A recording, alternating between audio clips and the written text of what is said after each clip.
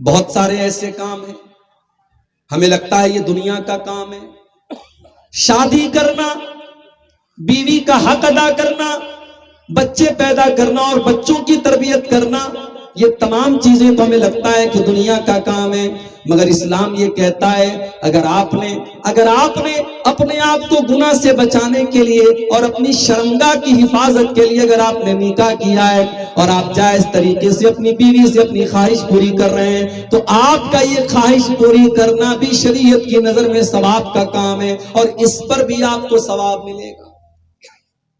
ہو سکتا ہے آپ کو حیرت ہو رہی ہو، آئیے میں آپ کی حیرت دور کر دیتا ہوں۔ صحیح مسلم کے اندر یہ حدیث موجود ہے، اللہ کے پیارے نبی کے پاس کچھ صحابہ آتے ہیں، غریب صاحب آتے ہیں اور آ کر کے کہتے ہیں اے اللہ کے نبی، امیر لوگ تو ہم سے ثواب میں آگے نکل گئے، اے اللہ کے نبی ہم بھی نماز پڑھتے ہیں اور امیر لوگ بھی نماز پڑھتے ہیں، ہم بھی روزہ رکھتے ہیں، امیر لوگ بھی روزہ رکھتے ہیں، لیکن اے اللہ کے نبی ہم تو غریب لوگ ہیں، ہمارے پاس دولت نہیں ہے، ہمارے پاس مال نہیں ہے۔ وَيَتَصَدَّقُونَ بِفُضُولِ أَمْوَالِهِمْ، اے اللہ کے نبی امیروں کو اللہ نے بہت دولت سے نوازا ہے، وہ اللہ کی راہ میں صدقہ خیرات کرتے ہیں، وہ چندہ دیتے ہیں، وہ دان کرتے ہیں، وہ خیرات کرتے ہیں۔ اے اللہ کے نبی ہم تو غریب لوگ ہیں، ہم تو ان کا مقابلہ اس چیز میں نہیں کر سکتے، اے اللہ کے نبی ہم تو پیچھے رہ جائیں گے اور امیر لوگ آگے نکل جائیں گے۔ میرا نبی امیروں کا بھی نبی ہے، غریبوں کا بھی نبی ہے۔ میرے نبی ساری کائنات کے لیے رحمت ہے۔ میرے نبی نے اپنے غریب صحابہ کے آنسوؤں کو کیسے پوچھا میرے بھائی؟ آپ نے فرمایا اے میرے صحابہ، تم نے یہ کیسے سمجھ لیا کہ تمہارے پاس صدقہ اور خیرات کرنے کے لیے دولت نہیں ہے؟ کل تحلیل صدقہ وکل تحمید صدقہ وکل تکبیر صدقہ۔ اے میرے صحابہ، تم زبان سے جب الحمدللہ کہتے ہو تو یہ بھی صدقہ ہے، تم جب لا الہ الا اللہ کہتے ہو تو یہ بھی صدقہ ہے، تم جب سبحان اللہ کہتے ہو تو یہ بھی صدقہ ہے، جب تم اللہ اکبر کہتے ہو تو یہ بھی صدقہ ہے، جب تم کسی کو نیکی کا حکم دیتے ہو تو یہ بھی صدقہ ہے، جب تم کسی کو برائی سے روکتے ہو تو یہ بھی صدقہ ہے۔ وفی بغض احدکم صدقہ، اور جب تم اپنی بیوی کے ساتھ اپنی خواہش پوری کرتے ہو تو یہ بھی صدقہ ہے۔ اللہ کے نبی کی جو یہ آخری بات تھی یہ صحابہ کو بڑی عجیب لگی۔ اے اللہ کے نبی کیا کہہ رہے ہیں آپ؟ بیوی کے ساتھ خواہش پوری کرنا بھی صدقہ ہے؟ آپ نے فرمایا ہاں، اگر انسان یہی عمل ناجائز طریقے سے کرے، زناکاری کا راستہ اپنا لے، بدکاری کا راستہ اپنا لے، اللہ کو ناراض کرنے والا راستہ اپنا لے، بے حیائی کا راستہ اپنا لے، تو کیا اس کے اوپر گناہ ہوگا کہ نہیں ہوگا؟ ہاں اللہ کے نبی گناہ تو ہوگا۔ آپ نے فرمایا جب حلال اور جائز طریقے سے ایک انسان اپنی بیوی کے ساتھ اپنی خواہش پوری کر رہا ہے تو اس جنسی خواہش کے پورا کرنے پر بھی اس کو ثواب ملے گا۔ یہ ہے میرا اسلام، یہ ہے میرا دین۔ یہی نہیں، آپ گھر میں آتے ہیں، محنت مزدوری کر کے اپنے بیوی بچوں کے لیے کھانے پینے کا انتظام کرتے ہیں، آپ اپنے گھر میں آ کر کے اپنے بیوی بچوں کو کھانا کھلاتے ہیں، اللہ کے پیارے نبی نے فرمایا اس کھانا کھلانے پر بھی آپ کو ثواب ملے گا۔ بخاری کے الفاظ ہیں، اللہ کے نبی فرماتے ہیں ما من نفقۃ تبتغی بہا وجہ اللہ، تم جس خرچ کے ذریعے اللہ کو راضی کرتے ہو اس پر تمہیں ثواب ملے گا، حتی اللقمۃ التی تضعها فی امراتک، یہاں تک کہ تم اپنی بیوی کے منہ میں جو لقمہ ڈالتے ہو، تو اپنی بیوی کو جو کھانا کھلاتے ہو اس لقمے پر بھی تم کو ثواب ملے گا۔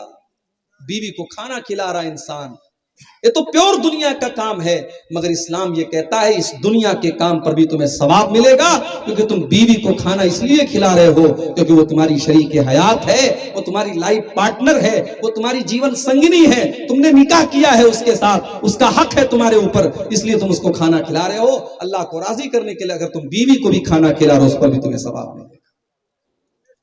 اسلام کی یہ تعلیم نہیں ہے آپ پورے ملک کا انتظام چلائیں اور بیوی کو چھوڑ دیں۔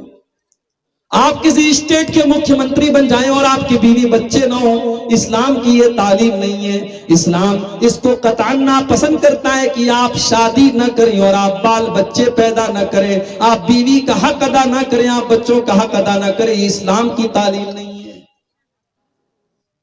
بہت ساری باتیں اشاروں میں کہی جاتی ہے، سمجھ کر رہے ہیں آپ۔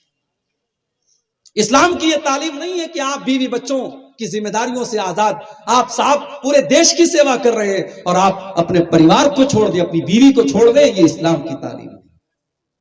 جو سارے سماج کے لیے اچھا ہے، جو سارے محلے کے لیے اچھا ہے، جو سارے دیش کے لیے اچھا ہے، اس کو سب سے پہلے اپنے پریوار کے لیے اچھا ہونا پڑے گا۔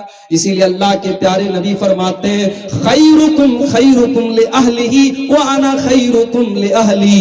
او لوگو، تم میں سب سے بہترین انسان وہ ہے جو اپنے پریوار کے لیے اچھا ہو، اپنے بیوی بچوں کے لیے اچھا ہو، اپنے اہل و عیال کے لیے اچھا ہو، اور میں اپنے پریوار کے لیے سب سے اچھا ہوں، میں اپنی فیملی کے لیے سب سے اچھا ہوں۔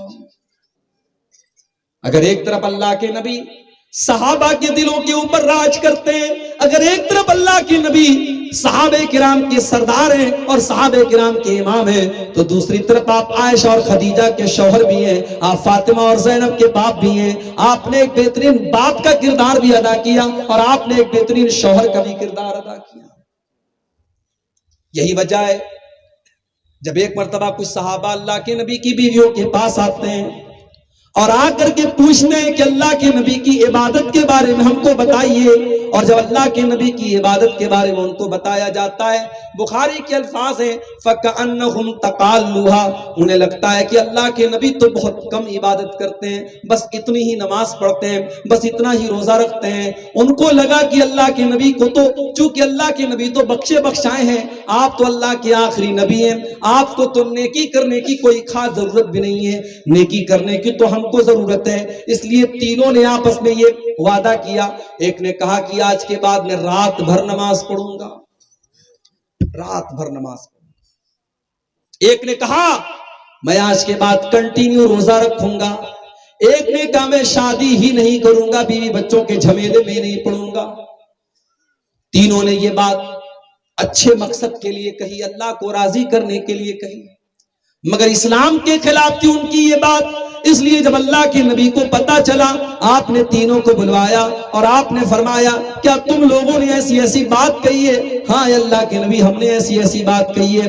آپ نے فرمایا سنو، میں تم سب سے زیادہ اللہ سے ڈرنے والا اور تم سب سے زیادہ اللہ کا تقوی میرے دل میں ہے، لیکن میں نماز بھی پڑھتا ہوں اور رات میں آرام بھی کرتا ہوں۔ اسی لیے رات کی نماز کو تہجد کہتے ہیں۔ تہجد کا مطلب کیا ہوتا ہے؟ سو کر کے اٹھنا۔ یہ نوٹ کر لو، تہجد کا مطلب کیا ہوتا ہے؟ سو کر کے اٹھنا۔ اسی لیے علماء کہتے ہیں کہ رات بھر جاگ کر کے عبادت کرنا یہ ٹھیک نہیں ہے، تھوڑا سا سو کر کے اٹھیں اور پھر آپ عبادت کریں، یہ نبی کی سنت ہے، اور تہجد کے لفظ بھی یہی پتہ لگتا ہے۔ آپ نے فرمایا اصلی وارقد، میں رات میں تہجد بھی پڑھتا ہوں اور آرام بھی کرتا ہوں، اور میں واصوم وافطر، میں روزہ بھی رکھتا ہوں اور میں افطار بھی کرتا ہوں۔ میں نفل روزہ بھی رکھتا ہوں اور کبھی نہیں بھی رکھتا ہوں، کبھی دل چاہا تو رکھ لیا، کبھی میں نے نہیں رکھا۔ یعنی فرض روزے کی بات نہیں، نفل روزے کی بات ہو رہی ہے کہ نفل روزہ میں کنٹینیو نہیں رکھتا ہوں، کبھی رکھتا ہوں کبھی نہیں رکھتا ہوں۔ وَتَزَوَّجْتُ، اور میں نے شادیاں بھی کی ہیں، میری 9 بیویاں ہیں اور میں 9 بیویوں کا حق ادا کر رہا ہوں، اور یہی میرا طریقہ ہے اور یہی میری سنت ہے۔ فَمَنْ رَغِبَ عَنْ سُنَّتِي فَلَيْسَ مِنِّي، جو میرے طریقے پر نہیں چلے گا اس کا مجھ سے کوئی تعلق نہیں ہے۔ آج کتنے لوگ ہیں ماشاءاللہ 5 ٹائم کے نمازی ہیں، چہرے پر بھرپور سنت والی داڑھی ہے، ماتھے پر زبردست سجدے کا نشان ہے، لیکن گھر میں جب بیوی کے سامنے جاتے ہیں تو جلاد بن جاتے ہیں، آنکھیں انگارہ بن جاتی ہیں، بیوی بچے ان کو دیکھ کر کے ڈر جاتے ہیں۔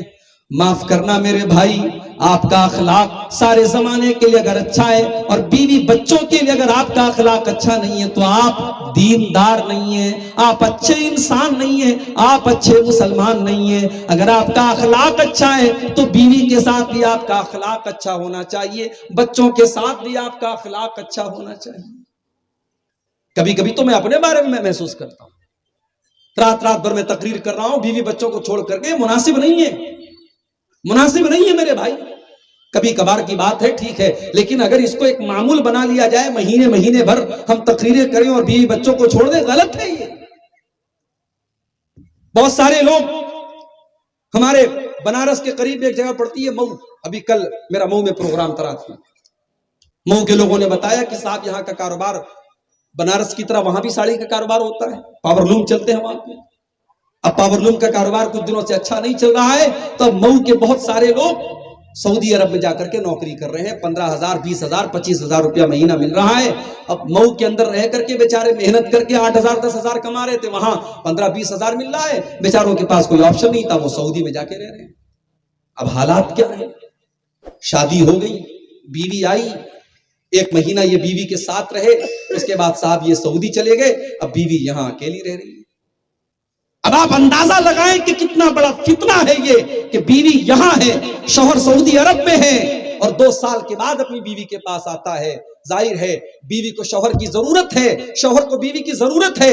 ہم نے روزی روٹی کے نام پر بیوی کا حق مارا، غلط ہے میرے بھائی. ہم تھوڑا کم کھا لیں، 2 روٹی کے بجائے 1 روٹی کھا لیں، ہم تھوڑا ہم اپنے لائف سٹائل میں ہم سمجھوتے کر لیں، اپنی زندگی میں ہم سمجھوتے کر لیں، مگر بیوی بچوں کو ہم ٹائم دیں، ان کا حق دیں. یہ شریعت کی تعلیم ہے، یہ جناب محمد رسول اللہ صلی اللہ علیہ وسلم کی تعلیم.